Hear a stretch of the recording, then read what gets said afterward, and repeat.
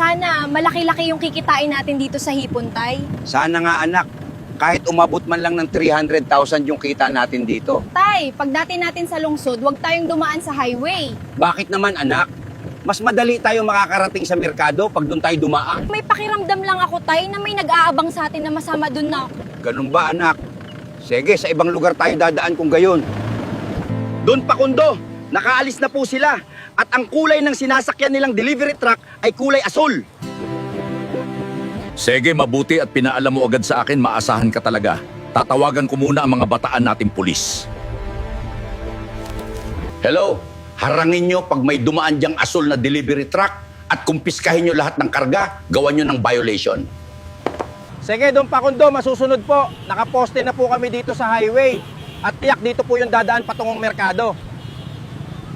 Malapit na tayo sa pagde-deliveran natin, anak ma. Mabuti at dito tayo dumaan, Tay, para makaiwas tayo tulad ng nangyari sa delivery mong mga mais na hinarang sa highway. Salamat talaga anak sa payo mo at nakaabot tayo dito ng walang aberya. Walang problema, Tay. Gusto ko lang po makatulong sa inyo.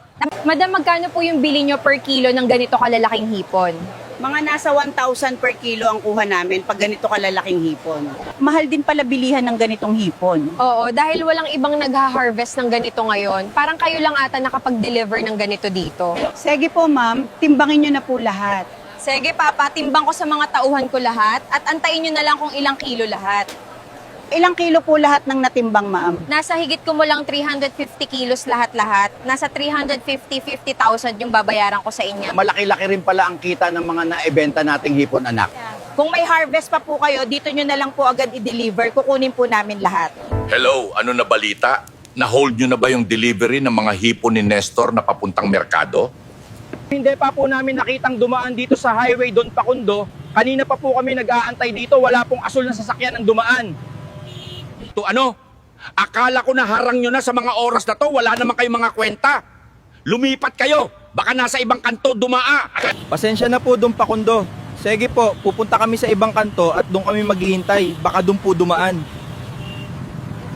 Marunong ka ng utakan ako, Nestor ah. Humanda ka sa akin. Hindi kita titigilan hanggat hindi napapasakin yung lupain mo. Buti sinundan ko yung dinaanan ng delivery truck. Bubutasan ko yung gulong para hindi kayo makauwi ng bahay. Buti at nabenta natin ng malaki ang mga hipon, Tay. Oo anak, maraming salamat sa'yo. Kung hindi ka sumama, baka hindi umabot sa merkado na naman yung delivery natin. Bakit po bigla tayong napahindi dito sa gitna ng gubat, Tay? Naplat yung gulong anak. Paano kaya natin to papalitan? Hindi tayo nakadala ng ekstrang gulong. Mukhang aabotan tayo ng gabi dito, Tay.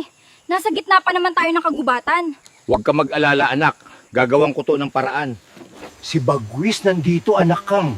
Bagwis, paano mo kami nahanap dito? Lumipad ka ba galing sa itaas?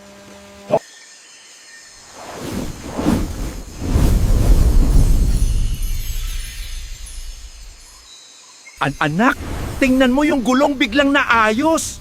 Wow, ang galing mo talaga, Bagwis. Pati mga bagay kaya mong ayusin.